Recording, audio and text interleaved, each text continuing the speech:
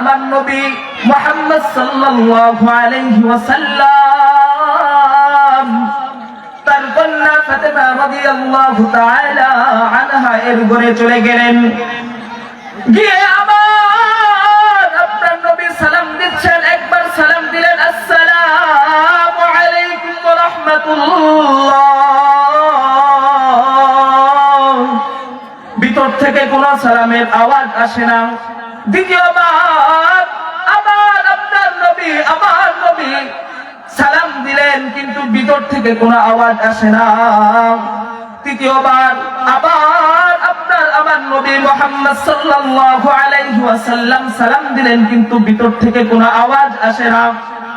এবার আমার নবী মুহাম্মদ সাল্লাল্লাহু আলাইহি ওয়াসাল্লাম মনে করলেন যে ভিতরে হয়তো কেউ নাই, কিংবা আমার সালামের আওয়াজ কেউ শুনে না। এই ভেবে নবী করিম সাল্লাল্লাহু আলাইহি ওয়াসাল্লাম পিছন ফিরে আবার বাড়ির দিকে রওনা হলেন। পিছন থেকে কে যেন ডাক দিয়ে বলতেছেন, আব্বু। বলুন আল্লাহু আকবার। পিছন ফিরে কে যেন ডাক দিয়ে বলতেছেন, ও আব্বু আমার, আমি আপনার প্রত্যেকটা সালামের আওয়াজ আমি শুনেছি এবং প্রত্যেকটা সালামের জবাব আমি ফাতেমা রাদিয়াল্লাহু তাআলা আনহা দিয়েছি, কিন্তু আমার শরীরে যে পরিমাণ কাপড় থাকলে আমি আপনি নবী মুহাম্মদ সাল্লাল্লাহু আলাইহি ওয়াসাল্লামের সামনে যেতে পারবো, ওই পরিমাণ কাপড় আমি ফাতেমা রাদিয়াল্লাহু তাআলা আনহা এর শরীরে নাই। এবার আমার নবী মুহাম্মদ সাল্লাল্লাহু আলাইহি ওয়াসাল্লাম ডেকে বলতেছেন, ও কলিজার টুকরা মেয়ে আমার,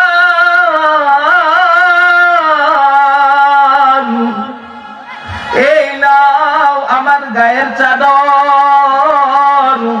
এই গায়ের চাদর পরিধান করে তুমি আমি নবী করিম সাল্লাল্লাহু আলাইহি ওয়াসাল্লামের সামনে আসো। তো এবার ফাতেমা রাদিয়াল্লাহু তাআলা আনহা নবীর গায়ের চাদর পরিধান করে আমার নবী মুহাম্মদ সাল্লাল্লাহু আলাইহি ওয়াসাল্লামের সামনে গেলেন। এবার নবী জিজ্ঞাসা করতেছেন, ও কলিজার টুকরা মেয়ে আমার,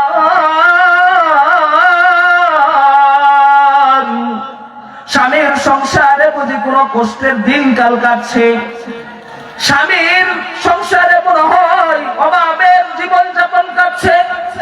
এবার দেখেন কেমন মেয়ে ফাতেমা রাদিয়াল্লাহু তাআলা আনহা বলতেছে, ও বাবা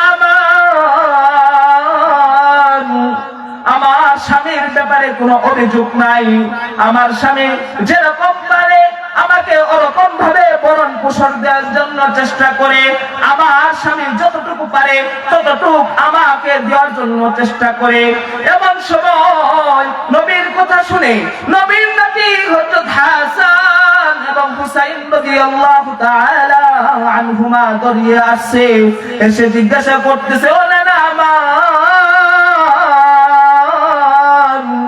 কতদিন যাবত পর আপনি আমাদের নানা আমাদের বাড়িতে আসছেন?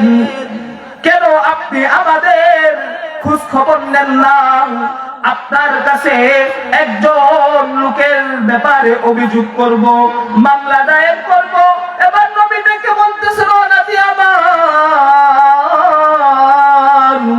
তোমরা কার নামে অভিযোগ করবা, কার নামে মামলা দায়ের করবা বলো। হাসান হুসাইন ডেকে বলতেছে, ও নানা,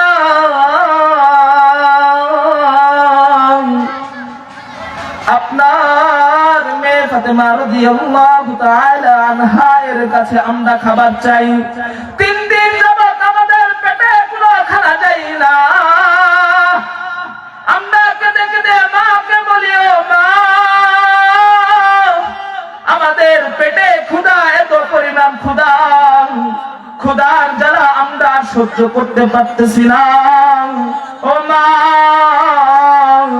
আপনি আমাদের খাবার দেন, কিন্তু মা আমাদের খাবার দেয় না। এবার নবী ডেকে বলতেছেন, ও নবী আমার, তোমরা 3 দিন যাবত না খেয়ে আছো, এই জন্য তোমরা কাছে তোমার মার ব্যাপারে অভিযোগ করলা, নালিশ করলা, কিন্তু আমি নানা কয়দিন যাবত না খেয়ে আছি, এটা একবারও তো বললা না। তখন নবী করিম সাল্লাল্লাহু আলাইহি ওয়াসাল্লামের নিজের জুব্বাটা তুলে দেখায়, ও হাসান, ও হুসাইন, এই যে দেখো আমার নবী করিম সাল্লাল্লাহু আলাইহি ওয়াসাল্লামের পেটে 7টা পাথর বাঁধা আছে। আমার নবী, আপনার নবী একদিন না, 2 দিন না, 7 দিন যাবত খানা খেতে পারে না।